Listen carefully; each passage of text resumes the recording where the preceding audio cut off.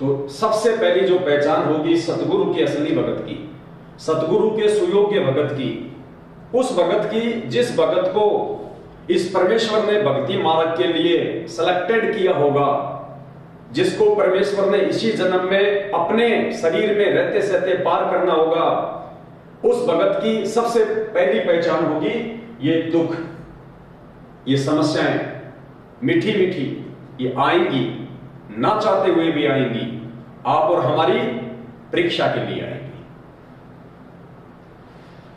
दूसरी सबसे बड़ी पहचान सतगुरु के द्वारा चिन्हित किए गए भगत की दूसरी सबसे बड़ी पहचान होगी अपनों से अपमान, अपनों से अपमान। ये दूसरी सबसे बड़ी ये पहचान होगी। बहुत सारी माता बहनें कहती हैं कि मेरा पति मुझे भक्ति नहीं करने दे रहा, मेरा सास ससुर मुझे भक्ति नहीं करने दे रहे, मेरे घर वाले मुझे कोई तवज्जो नहीं देते हैं, मुझे बिल्कुल रास्ते का रोड़ा समझते हैं। तो पुण्यात्माओं, आप रास्ते का रोड़ा नहीं है, ये परमेश्वर की तरफ से ये चीजें आपको बख्शिश दी गई हैं। अपनों से अपमान यदि आपको मिल रहा है, यदि आपके रिश्तेदार आपको नापसंद करने लग गए हैं जब से आपने नाम दीक्षा ली है, यदि आपकी पत्नी, यदि आपका पति, यदि आपके पुत्र और पुत्रियां जो अनुपदेशी हैं और आपके उपदेश प्राप्त करने के बाद यदि वो आपको नापसंद करते हैं, आपकी भक्ति क्रियाओं से यदि वो परहेज करते हैं, आपको बिल्कुल मूर्ख समझते हैं, तो आप जी यकीन मानना, आप जी परमेश्वर के द्वारा भक्ति मार्ग पे सिलेक्टेड है। ये दूसरी पहचान है। और ये अपनों से अपमान, रिश्तेदारों से अपमान, समाज से अपमान, ये क्यों दिलाता है परमात्मा? हमारी मोह ममता को दूर करने के लिए। किस चीज को दूर करने के लिए? मोह ममता को, मोह ममता, ताकि हम उन बेटे बेटियों में, उन रिश्तेदारों में, उस पति और पत्नी में, माता पिता में उलझ के ना रह जाए, क्योंकि वो हमारे नहीं हैं। परमात्मा कहते हैं ना, माता पिता तेरा कुटुंब कबीला, ये कोई दिन का मेला रे, खाली आया खाली जाएगा, ऐसी कुछ वाणी है परमात्मा की। संग चले ना धेला रे। तो ये माता पिता, ये परिवार, ये रिश्तेदार, ये समाज, ये यार दोस्त यदि हमारे अनुकूल नहीं हैं, यदि इस परमेश्वर की भक्ति से नहीं जुड़े हैं, तो पुण्यात्माओं ये भी हमारे बहुत बड़े एक बंधन का कारण है। ये पोता पोती की मोह ममता, बेटा बेटी की मोह ममता, उनके प्रति कोई चिंतन, छोरा नौकरी नहीं लगा, बेटी के बेटा नहीं हुआ, मेरा जवाई नौकरी नहीं लगा, बेटे का कोई कारोबार सेट नहीं हुआ, ये सारी चीजें हमारे को मोह बंधन में बांधने का एक कारण है। हम सारा जीवन इन्हीं बातों को लेके हम चिंतित रहते हैं, परमात्मा की भक्ति हम कर नहीं पाते। और किसी कारण से यदि हमारी मौत हो जाती है, क्योंकि जो परमेश्वर के वचन पे नहीं चलेगा, माता पिता हो, चाहे बेटा बेटी हो, चाहे पोता पोती हो, जब तक वो उनको परमात्मा की आत्मा मान के नहीं चलेगा, तब तक ये सब कुछ हमारे बंधन का कारण है। और सतगुरु का एक वचन टूटता है, और किसी कारण से यदि हमारी अकाल मृत्यु हो जाती है, तो परमेश्वर का विधान है, जहां आशा तहां वासा हुई, मन कर्म वचन सुमरियो सोई। तो हमारी मोह ममता, इसी मोह ममता इसी बेटा बेटी के अंदर रह जाएगी, पोता पोते के अंदर रह जाएगी, और वहीं उस परमेश्वर ने हमारे को दोबारा से जन्म देना पड़ेगा, चाहे कुत्ता बना के दे, चाहे बिल्ली बना के दे, चाहे मानव शरीर दे। और कोई जरूरी नहीं है कि जो थोड़ी बहुत भक्ति आपको आज समझ में आ रही थी, वो दूसरा जन्म प्राप्त करने के बाद आपको आ जाएगी। जरूरी नहीं है कि आप उस परमेश्वर की शरण में आ ही जाएंगे, क्योंकि फिर से काल आपके ऊपर हावी हो जाएगा। तो यदि आपको अपनों से अपमान मिल रहा है, उन अपनों से जो परमेश्वर के नहीं है, जो काल प्रेरित हैं, जो नाम उपदेश नहीं है, यदि आपसे नफरत करते हैं, आपकी भक्ति क्रियाओं से नफरत करते हैं, आपके घर में ज्योति लगाने से नफरत करते हैं, आपके आरती करने से नफरत करते हैं, आपके रिश्तेदार आपसे नफरत करते हैं, तो पुण्यात्माओं ये परमेश्वर की एक विशेष मेहर है आपके ऊपर। आप इसको कोई अपनी बेइज्जती ना समझें, आप इसको किसी दुख का कोई कारण ना समझें। ये तो परमेश्वर की तरफ से आपको एक प्रसाद है, हम सभी भाई बहनों को एक प्रसाद है कि वो परमात्मा हमें इसी कुल परिवार में नहीं फंसाना चाहता।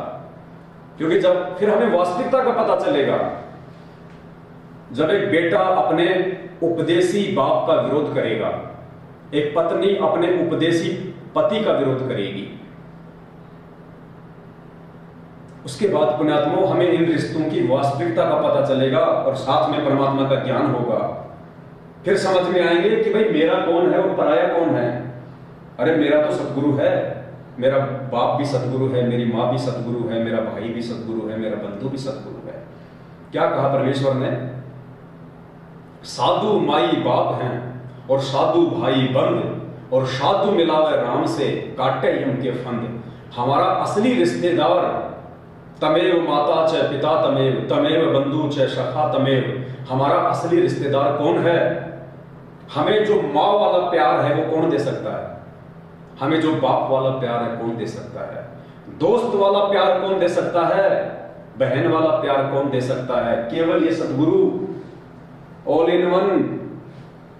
बाकी हमारे जो शरीर के भाई बंधु रिश्तेदार, बेटा बेटी, माता पिता, जवाई, यार दोस्त, ये सब के सब स्वार्थ वश ही हमारे को प्यार देंगे। इनका कोई ना कोई स्वार्थ होगा। आपकी ऑफिस में यदि आपको कोई तवज्जो दी जा रही है आपके बॉस के द्वारा, तो आप भाई साहब बॉस को अच्छा खासा पैसा कमा के दे रहे हैं, आप अपना टारगेट समय से पूरा कर रहे हैं। माता पिता के द्वारा यदि आपको तवज्जो दी जा रही है, आप अच्छी नौकरी में हैं, आप अच्छा पैसा कमाते हैं, आप समाज के द्वारा, आपके रिश्तेदारों के द्वारा यदि आपको कोई तवज्जो दी जा रही है, आपको कोई इज्जत दी जा रही है, तो आप उसके बाकी रिश्तेदारों से आर्थिक स्थिति में ठीक हैं। उनका स्वार्थ है कि आज नहीं तो कल कभी लाख 2 लाख रुपए तो लेने पड़ जाएंगे, तो दे तो देगा। इसलिए अपने स्वार्थ के कारण वो आपको याद नहीं, वो आपको दुख नहीं देना चाहते। जब तक बैल चले परमात्मा कहते हैं ना कि जब तक बैल चले हलिये में तब तक डाले चारा, और बुढ़ा हो तब नाथ काट दे, वो घर घर लाठे खाया। बैल होता है ना, बैल जब तक बैल जवान होता है, वो खेत में चलता है, किसान का काम करता है, तो क्या कहा परमात्मा ने? जब तक बैल चले हलिये में तब तक डाले चारा। वो किसान उसको तब तक ही चारा खिलाता है अपने घर पे बांध के, जब तक वो बैल उस किसान के काम का होता है। और बूढ़ा हो तब नाथ काट दे, जब वो बूढ़ा हो जाता है, किसी काम का नहीं होता, किसान के ऊपर एक बोझ बन के रह जाता है, तो कहते हैं उसका जो रस्सा होता है नाथ काट दे, यानी उसके नाक में जो रस्सा डला होता है नाथ काट दे, यानी रस्सा काट दिया जाता है और बैल को घर से बाहर कर दिया जाता है, क्योंकि वो उसके किसी काम का ही नहीं रहा। तो परमेश्वर हमें जो अपनों से हमें जो अपमान दिलवाते हैं, ये उसी आत्मा को दिलवाएंगे जिस आत्मा को परमात्मा ने यदि मर्यादा में रहे तो इसी जन्म में पार करना है। उस आत्मा को परमात्मा रिश्तों की अहमियत समझाना चाहते हैं। उस आत्मा से परमात्मा ये मोह ममता छुड़वाना चाहते हैं कि बेटा तेरा कोई नहीं है यहाँ। ये पति, ये पत्नी, ये बेटा, ये बेटी, ये सास ससुर, अगर आज मीठे बोल रहे हैं तो गारंटी नहीं है कल भी मीठे बोलेंगे, और हो सकता है आजीवन मीठा बोले, लेकिन उनके मीठा बोलने से क्या हमारा आत्म कल्याण हो जाएगा? हमारा आत्म कल्याण तो परमेश्वर की मर्यादित सत्य भक्ति से ही होगा। इसलिए वैसे भी यदि किसी भगत के घर में कोई ऐसी समस्या नहीं है, मान लीजिए उसको कोई अपमान नहीं मिल रहा, सब लोग कह रहे हैं कि कोई बात नहीं भाई, अपनी भक्ति कर रहा है, हम अपनी भक्ति कर रहे हैं, हमें कोई दिक्कत नहीं, तो भी हमें इन चीजों से ज्ञान आधार से दूरी बना के रखनी होगी। हमें फालतू में उन रिश्तेदारियों में जाना, उन रिश्तेदारों के साथ में ज्यादा उठ बैठ करना, ज्यादा प्यार प्रेम की बातें करना, ये इस भक्ति मार्ग में वर्जित है। परमात्मा कहते हैं रत्न जड़ाऊ मंदिर हो और लख योजन स्थान, साकट सगाना भेटिए जो हो इंद्र समान। कितनी बड़ी बात कही है पूज्य गुरुदेव भगवान ने। रत्न जड़ाऊ मंदिर हो, यानी उनके पास चाहे अपार धन संपदा हो, हीरे मोती लाल हो, अरबों खरबों की संपत्ति हो, रत्न जड़ाऊ मंदिर हो, लख योजन स्थान, चाहे उसके पास में कितनी ही प्रॉपर्टी क्यों ना हो, वो कितना ही माला माल क्यों ना हो, कितना ही वो धनवान क्यों ना हो, तो गुरुदेव कहते हैं रतन जड़ाऊ मंदिर हो लख योजन स्थान, और साकट सगा ना भेटिए।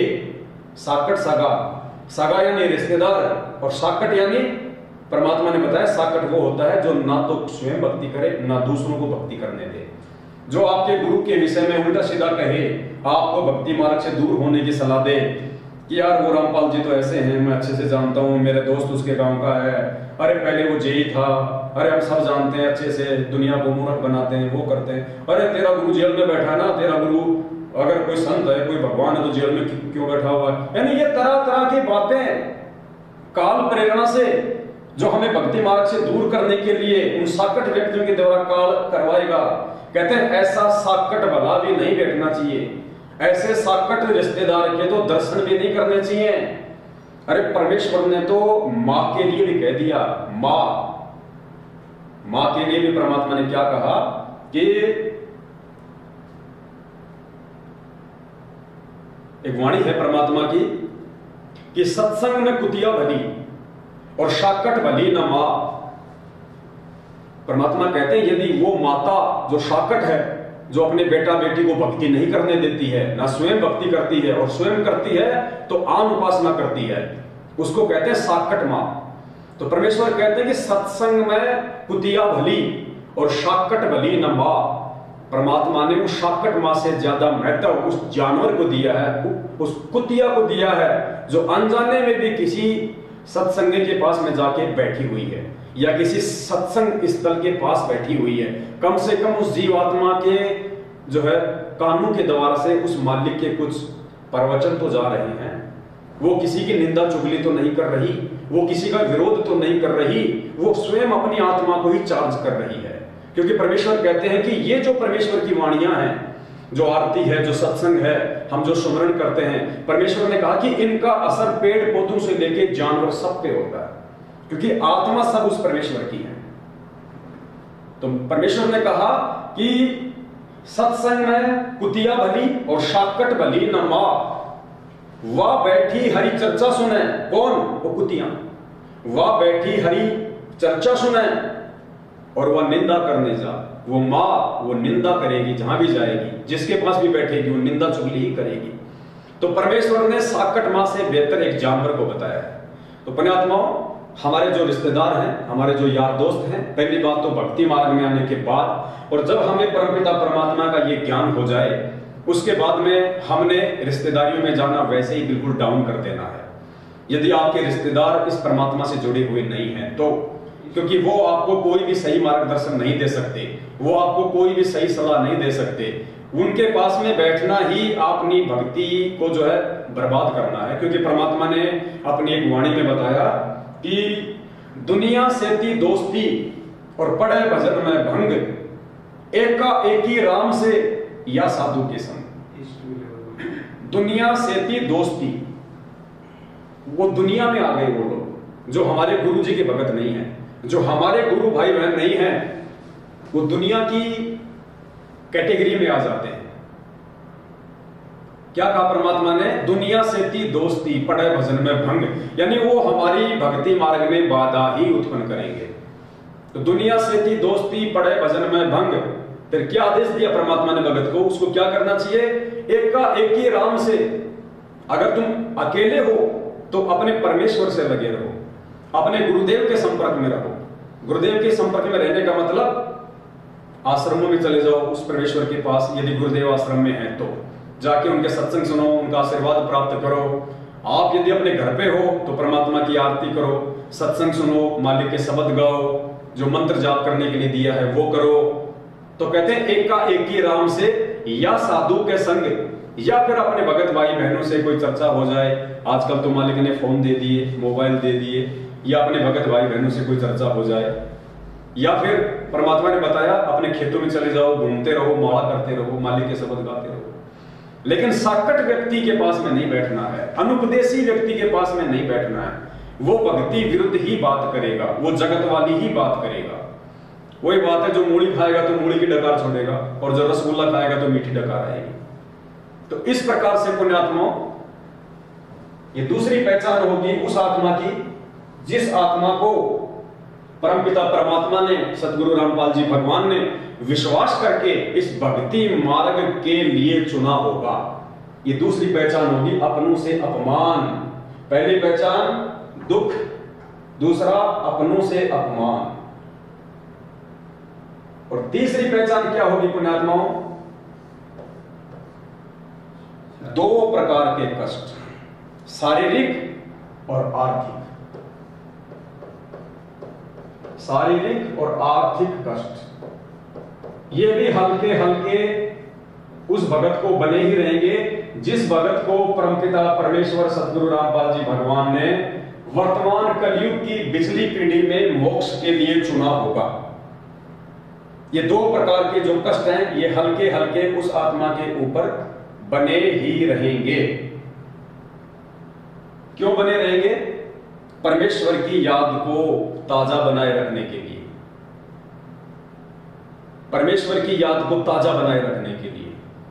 पुण्यात्माओं, आज यदि मेरे घर में लाखों की संपत्ति है, मेरे बैंक बैलेंस में लाखों की संपत्ति है, और कल को यदि मेरे ऊपर थोड़ी बहुत कोई समस्या आ गई अपने ही प्रारब्ध की, बच्चे को एक्सीडेंट हो गया, बच्चा बीमार हो गया, या अन्य ऐसी कोई आपत्ति आ गई कि पैसों की सख्त जरूरत है, तो पुण्यात्माओं से हम क्या करेंगे? जो धनवान व्यक्ति होगा, जो पैसे वाला व्यक्ति होगा, वो परमेश्वर याद नहीं करेगा, तो तुरंत कहेगा लाओ भाई मेरा पंजाब नेशनल बैंक का एटीएम निकाल के लाओ, जाओ बेटा बैंक में जाओगे 50,000 रुपए का चेक ले जाओ, निकाल लाओ। उसको परमेश्वर इतना जल्दी याद नहीं आएगा, उसको माया याद आएगी, उसको पैसा याद आएगा। और जो भगत निर्धन होगा, जो भगत दारिद्र होगा, जो हैंड टू माउथ होगा, उसको परमेश्वर याद आएगा।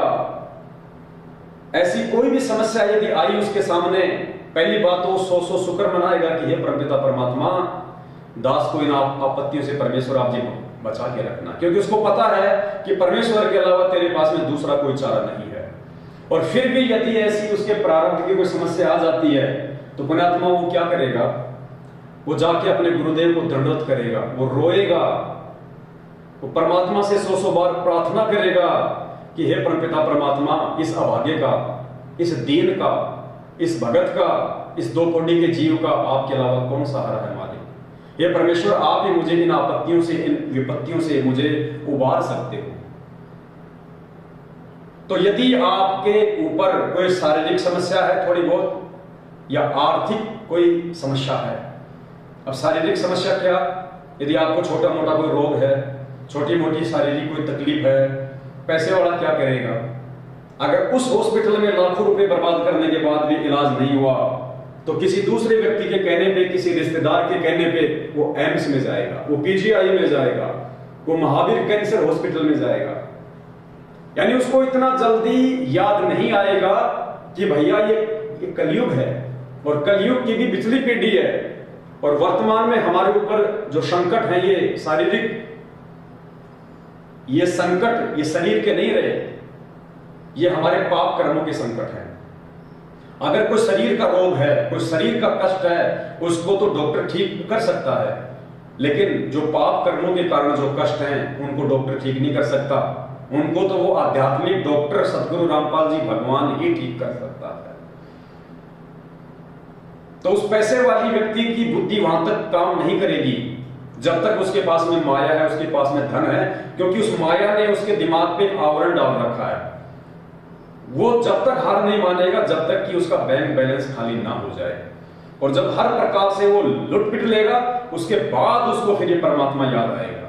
और जो पहले से ही जो हैंड टू माउथ की स्थिति में है, जो दारिद्र वाली स्थिति में है, जो गरीबी वाली स्थिति में है, वो तो पहले ही परमात्मा से प्रार्थना करेगा कि हे परमात्मा, अपने दास के ऊपर ऐसी कोई आपत्ति ना आने देना। और वो परमात्मा का 100 शुक्र मनाएगा, वो परमात्मा की उस भाव से भक्ति करेगा संकट के आने से पहले ही, उसके डर से। और परमात्मा ने इसीलिए तो ये कहा है कि सुख में सुमरण किया नहीं और दुख में करते याद, कहे कबीर ता दास की फिर कौन सुने फरियाद। तो यदि आपके ऊपर कोई शारीरिक समस्या है, कोई आर्थिक समस्या है, तो निश्चित तौर पे आप सदगुरु रामपाल जी भगवान के द्वारा सिलेक्टेड आत्मा है।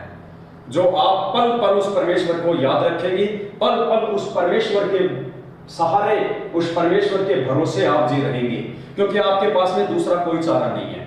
अगर आपके पास में अपना कोई बैंक बैलेंस नहीं है, आपके पास में अपना कोई पैसा नहीं है, तो जाहिर सी बात है आपके रिश्तेदार भी आपकी मदद करने के लिए आगे नहीं आएंगे, क्योंकि रिश्तेदार भी उसी अपने रिश्तेदार की मदद करते हैं 99% जो स्वयं उनके जैसा हो, जो पैसे वाला हो। वरना मुसीबत के समय अपना दोस्त भी मुंह फेर देता है। तो यदि आपके ऊपर इस प्रकार की कोई समस्या है, शारीरिक और आर्थिक, तो पुण्यात्माओं आपने विचलित होने की जरूरत नहीं है, आपने दुखी होने की जरूरत नहीं है कि इस भक्ति से मुझे क्या मिला, गुरुजी ने मुझे क्या दिया। इस प्रकार के विचार तो आपने अपने दिलो दिमाग में लेके भी नहीं आने, यदि आपने अपने गुरु का कृपा पात्र बने रहना है तो ये जो समस्याएं हैं, जो परेशानियां हैं, ये उसी भगत के ऊपर आएंगी, उसी भगत के साथ ये तीनों समस्याएं लगातार साईं की तरह ये चलेंगी, जिस भगत को सतगुरु रामपाल जी भगवान ने सिलेक्टेड किया हो। आप ये ना सोचिए कि मैं भक्ति कर रहा हूं, मेरे ऊपर आर्थिक समस्या क्यों है। ये आर्थिक समस्या आपको आपके सतगुरु ने दी है। सतगुरु रामपाल जी भगवान ने जानबूझ के आपको आर्थिक समस्या दी है। आप कहेंगे मैं तो ज्योति भी करा रहा हूं, मैं तो पाठ भी करवा रहा हूं, मैंने तो दान भी खूब कर दिया, फिर मेरे ऊपर आर्थिक समस्या क्यों। परमात्मा आपको वो आर्थिक समस्या नहीं आने देगा जिससे आपको भीख मांगनी पड़े। परमात्मा वो आर्थिक समस्या नहीं आने देगा जिससे आप लोगों के सामने हाथ फैलाएं। कब? जब तक आप मर्यादा में रहेंगे। और ये आ रही है मर्यादा में रहते सहते, तो ये आप जी अपना शुक्रिया अदा करना उस परमपिता परमात्मा का कि परमेश्वर ने आपको भक्ति रूपी अखाड़े के लिए खड़ा किया हुआ है। क्योंकि ये आर्थिक समस्या जानबूझ के परमेश्वर ने दी है। हम परमेश्वर का एक सत्संग है, हम उसका सहारा लेंगे, उस सत्संग से आपको समझ में आएगा। क्योंकि पुण्यात्माओं बिना ज्ञान के अमूमन 99% भक्तों की यही सोच होती है कि अगर मैं जितना दान धर्म करूंगा मुझे परमात्मा उतना ही पैसा देगा, परमात्मा मुझे उतना ही धन देगा जितना मैं परमेश्वर को दान धर्म करूंगा। लेकिन पुण्यात्माओं देगा परमात्मा, ये मालिक का विधान है कि धर्म तो दसके नहीं दसके तीनों लोग, खैरायत में खैर है कीजिए आत्म पोख। और परमेश्वर ने द्रौपदी के विषय में कहा था कि 4 युगों में देख लो हमने किसका रखा मार, कि 4 युगों का इतिहास उठा के देख लो, जिसने हमारी सेवा की है, जिसने हमें दान धर्म दिया है, हमने अगर किसी का भी रखा हो तो ये 4 युगों में देख लो हमने किसका रखा मार, हमने किसका पैसा मार के रखा है, हमने किसकी सेवा मार के रखी हुई है। समय आने पे परमात्मा ने उसको दिया है। लेकिन वर्तमान में दान धर्म करते करते भी यदि परमात्मा आपको विशेष आर्थिक राहत नहीं दे रहा है, केवल आपका रोजी रोटी का काम चल रहा है, आपकी आवश्यकता ही पूरी हो रही है, तो यह परमात्मा की आपके ऊपर एक विशेष रजा है, एक विशेष मेहर है। और इस मेहर और रजा को आप जी परमात्मा के इस सत्संग से समझ पाएंगे कि परमेश्वर ने ऐसी रजा और मेहर अपने भक्तों पे क्यों की और अपने कौन से भक्तों पे परमात्मा ये मेहर करता है। ये सत्संग परमपिता परमात्मा का आपको समझाएगा।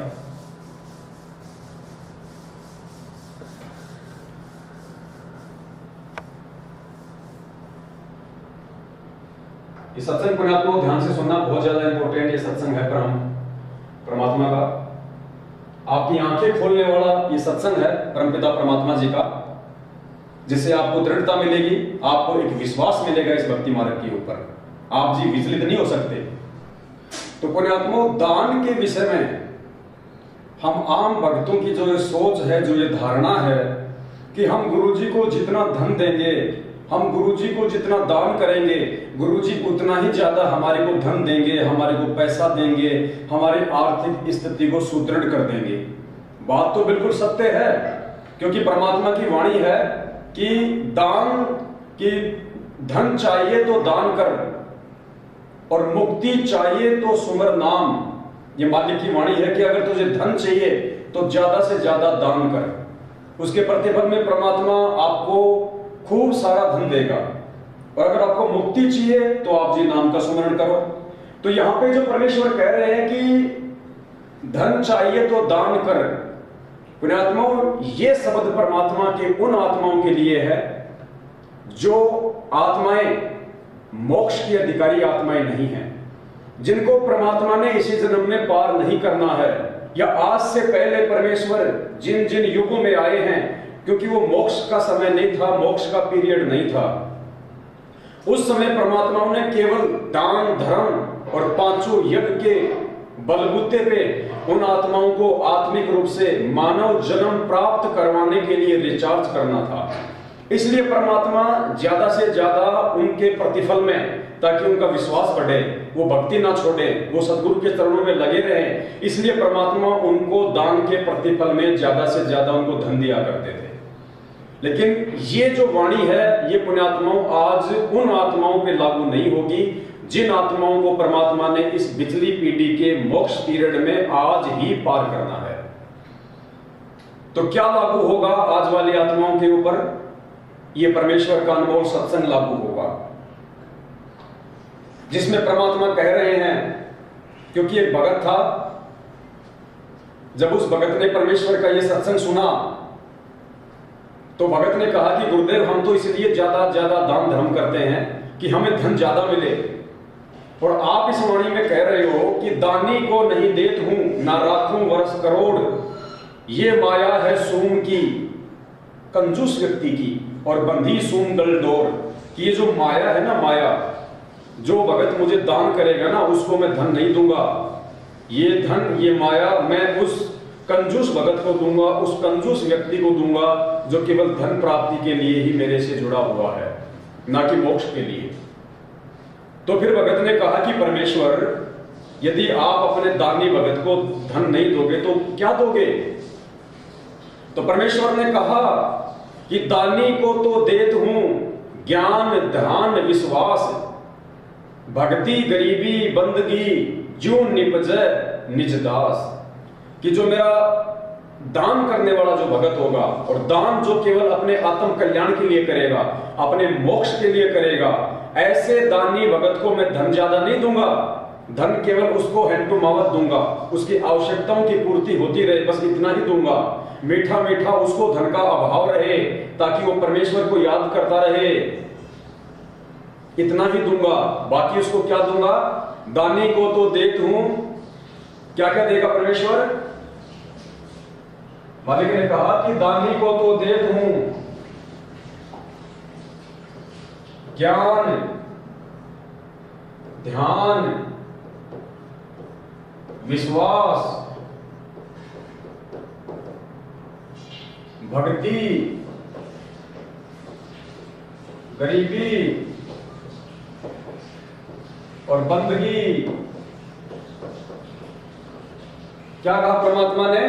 कि जो भगत मुझे दान करेगा अपने आत्मा उद्धार के लिए, इसी जन्म में मोक्ष प्राप्त करने के लिए, तो परमेश्वर कहते हैं ऐसे दानी भगत को मैं अधिक धन नहीं दूंगा, उसे मैं अभाव में रखूंगा, और मैं उसे वो वस्तुएं प्रदान करूंगा जो वस्तुएं उसके मोक्ष मार्ग में उसकी सहायक होंगी। तो कौन कौन सी वस्तुएं? ज्ञान, ज्ञान से उसको सही और बुरे कर्मों का मालूम पड़ेगा, सही गलत का निर्णय कर पाएगा। कि कहे कबीर सोए जन मेरा, जो नीर खीर का करे नहीं मेरा। तो ज्ञान से ही उसको सही और गलत, कौन से कर्म भक्ति मार्ग पे करने चाहिए, कौन से कर्म नहीं करने चाहिए, कौन से वो कर्म करने से सदगुरु की मर्यादा और वचन टूटेगा, और कौन से कर्म ना करने से हम परमेश्वर के नजदीक बने रहेंगे। तो सबसे पहले क्या बताया परमात्मा ने? ऐसे भगत को मैं ज्ञान दूंगा, फिर मैं उसको ध्यान दूंगा, भक्ति में उसका ध्यान लगे, सत्संगों में उसका ध्यान लगे, अपने गुरुदेव के चरणों में उसका ध्यान लगे, उसका मन विचलित ना हो, उसका मन कहीं इधर उधर ना भटके, विषय वासनाओं में ना भटके, काम क्रोध मद लोभ में ना भटके, आवारागिरी में ना भटके। इसलिए परमेश्वर उसको ध्यान देंगे। विश्वास, ताकि वो दृढ़ता के साथ में भक्ति करे, अपने सदगुरु के ऊपर उसका विश्वास बन जाए कि मेरे गुरुदेव के अलावा इस पृथ्वी पे अन्य कोई पूर्ण संत नहीं है, कोई भी मोक्ष प्राप्त करवाने वाला महापुरुष नहीं है, मेरे गुरुदेव ही सकलों के राजा हैं, यही स्वयं साक्षात कबीर भगवान है। उसको मैं विश्वास दूंगा ताकि वो दृढ़ता के साथ भक्ति मार्ग पे टिका रहे। भक्ति देगा परमात्मा उसको, तीनों समय की आरती सही समय पे करे, जो सुमरण परमेश्वर ने दिया है मर्यादा में रह के करे, समय समय पे परमेश्वर के चरण कमलों में सत्संगों के लिए वो जाता रहे, उसके भाव बने रहे, उसकी श्रद्धा बनी रहे, तो परमेश्वर उसको भक्ति देंगे। गरीबी, ताकि मेरे भगत को काल ना ठग ले, मेरा भगत कहीं बिगड़ ना जाए, मेरा भगत कहीं ज्यादा से ज्यादा धन प्राप्त करके मायाधारी बन के और अपने जो भक्ति कर्म है उनसे विचलित ना हो जाए, मेरे भगत के अंदर मीठा मीठा एक मतलब भाव बना रहे। अगर उसमें गरीबी रहेगी तो परमात्मा उसके नजदीक रहेगा, क्योंकि हर स्थिति में वो परमात्मा को ही याद करेगा, हर स्थिति में परमात्मा को ही अपना सहारा और साथी समझेगा। इसलिए मैं उसको गरीबी दूंगा। बंदगी यानी सेवा भाव, आधीनता, परोपकार का कार्य करना, परमार्थ के लिए निस्वार्थ भाव से आगे बढ़ना भक्ति मार्ग पे, तो परमेश्वर कहते हैं कि मैं उसको बंदगी दूंगा। तो ये सारी चीजें पुण्यात्माओं के भक्तों को मिलेगी, ये उन विशेष आत्माओं को मिलेगी जो विशेष आत्मा परमात्मा ने इस कलयुग की पिछली पीढ़ी में मोक्ष के लिए सेलेक्ट कर रखी होंगी। अब सुनिए आप परमपिता परमात्मा जी का ये सत्संग, और एक एक चीज आपको क्लियर हो जाएगी कि वास्तव में ये जो दुख, ये जो समस्याएं, ये जो अपनों से जो ये अपमान है, ये हमें क्यों मिल रहा है। फिर हम इन चीजों से दुखी नहीं होंगे, इन चीजों से फिर हम टूटेंगे नहीं, क्योंकि हमें ज्ञान आधार से इस बात का पता चल जाएगा कि ये सारी चीजें, ये सारी घटनाएं जो मेरे साथ में घटित हो रही हैं, जिनको मैं एक समस्या मान रहा हूं, ये समस्या नहीं, ये तो वरदान है मेरे लिए, मेरे सतगुरुदेव जी की तरफ से ये सत्संग सुन के, क्योंकि परमात्मा मुझे इसी जन्म में मुझे पक्का हीरा बनाना चाहते हैं। मुझे आग में तपा तपा के ऊपर ज्ञान आधार रुपया थोड़े की चोट मार मार के मेरी कोई वस्तु बनाना चाहते हैं, जिससे कि मेरी बाजार में मेरी कोई कीमत बने। ये सत्संग अब आपको समझाएगा कि परमेश्वर दान करने वाले भगत को अधिक धन क्यों नहीं देता, भक्ति करने वाले भगत को परमात्मा थोड़ी बहुत दुख और तकलीफों में क्यों रखता है, और कैसे वो दुख और तकलीफ हमारे लिए वरदान है, और कैसे वो माया आगे चल के भगत के लिए संकट बन जाती है। ध्यान से ये सत्संग सुनिए परमपिता परमेश्वर जी का।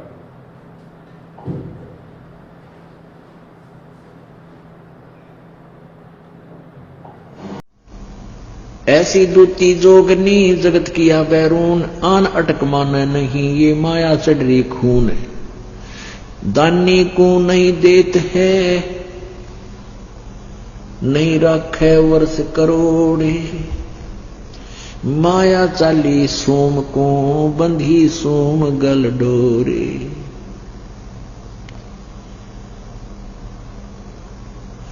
अब क्या बताते हैं कि परमात्मा माया, जो दानी व्यक्ति होते हैं वो संग्रह संचन नहीं करते, और जो सूम होते हैं, जो कंजूस होते हैं, उनके पास माया का संग्रह घना होता है। तो क्या बताते हैं, या माया मेहरी भई गई सोम दरबार, दानी के नहीं जात है के कारण करतारे। दानी को तो देत हूं मैं ज्ञान ध्यान विश्वास, और भक्ति गरीबी बंदगी जो न्यपजय निज दास। शील संतोष विवेक जो दया धर्म कुल साज, ज्ञानी गलता न रहे ना ममता की दाज। अब यहां प्रश्न उत्तर आप ही कर रहे हैं परमात्मा कि हे परमात्मा, या माया जो है दान करने वाले भगत के घर पे, दानी के घर इतनी माया जैसे औरों के पास होती है, लोग दिखावा करते हैं, तो भक्ति से परिचित व्यक्ति इस माया के घना पीछे नहीं लगता। तो यहां प्रश्न किया है कि दानी के नहीं जाते हैं क्या कारण करतार। तो परमात्मा कहते हैं मैं अपने भगत के पास इस विष को घना नहीं रहने देता, और ज्ञानी दानी को तो देत हूं मैं ज्ञान ध्यान विश्वास, और भक्ति गरीबी बंदगी ही जो न्यपजय निज दास। कहते हैं अपने जो दान करते हैं उनको भक्ति गरीबी आधीनी और भक्ति गरीब बंदगी देता हूं, ताकि मेरी आत्मा इस काल के जाल से निकल सके। और माया तो इस जीव की बेड़ी है, गले पैरों में पड़ जाती है। शील संतोष विवेक जो दया धर्म कुल साज, यानी भक्त को तो मैं शील संतोष विवेक, विवेक क्या बताते हैं कि जैसे यही विवेक है भाई, माया परमात्मा साईं इतना दीजिए जिसमें कुटुंब समावे, हम भी भूखे ना रहे, अतिथि ना भूखा जावे।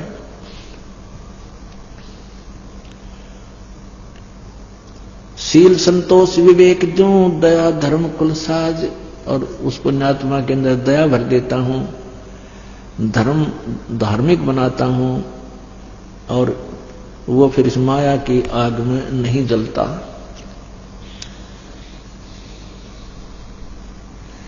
माया प्रत्यक्ष काल है ये माया प्रत्यक्ष देव, और माया राजक राम है भोजन जोगी सेव। घेरे झारे काल है और सचे सर्वस जाए, ले डूबेगी ताश को या माया जीवित खावे। कहते हैं जो संचित करते हैं, जोड़ते हैं, संग्रह करते हैं, वो तो खराब करेगी, ये तो काल है तेरा।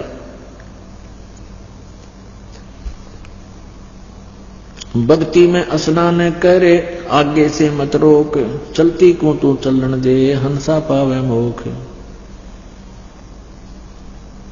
साच बाच कर क्या कह रहे ये मुक्ता रहना संत, भोजन जोगी लीजिए या के बड़े बड़े दंत।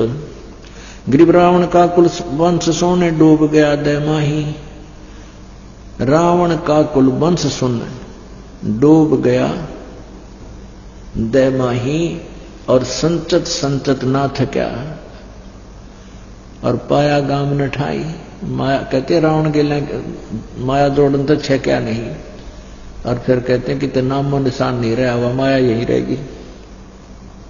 माया जोड़ सूम लगी पाप की पीठ, और साधु नैन ना देखते, ये माया कौआ बीट।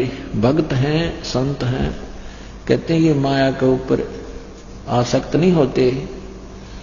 क्या बताते हैं, इंद्र दा राज कागदा बिस्टा। परमात्मा कहते हैं जब आपको ये ज्ञान हो जाएगा ना सच्चाई, इस मालिक का तत्व ज्ञान, तो आपके लिए स्वर्ग का राज भी काग की बीट दिखाई देगी। पुण्यात्मा बहुत बुरी तरह बांध दिया अपने को यहां इस काल भगवान ने। अब इस यहां से आपका मन हटाने के लिए ये एंटीबायोटिक कैप्सूल दिए जाते हैं परमात्मा के इस तत्व ज्ञान के, और इनको बहुत गहराई से आपने सुनना है, बहुत सावधानी से और गहराई से विचार करना है, तब आपके अंदर इसका रिएक्शन होगा। आप अंधे हो रहे थे माया जोड़ने में, आगे पीछा कुछ नहीं देखते थे, हम सभी ऐसे ही थे। जब से मालिक का ये ज्ञान हुआ है, ओए होए, उसी दिन से एक नया परिवर्तन आत्मा में आपा आ जाए, क्योंकि ये अंदर रिएक्शन करती है परमात्मा की वाणी, ये वैसी नहीं होती, एंटीबायोटिक है ये, एकदम अंदर से बदलाव शुरू होगा, लेकिन थोड़ा समय अवश्य लगता है।